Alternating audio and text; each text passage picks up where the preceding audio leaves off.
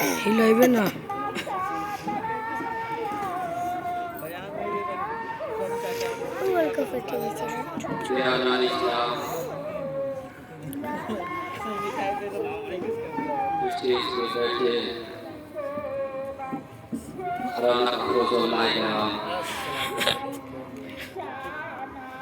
पर्दे की आड़ से सुनने वाली मेरी प्यारी माँ और बहन, अस्सलामु अलैकुम व रहमतुल्लाहि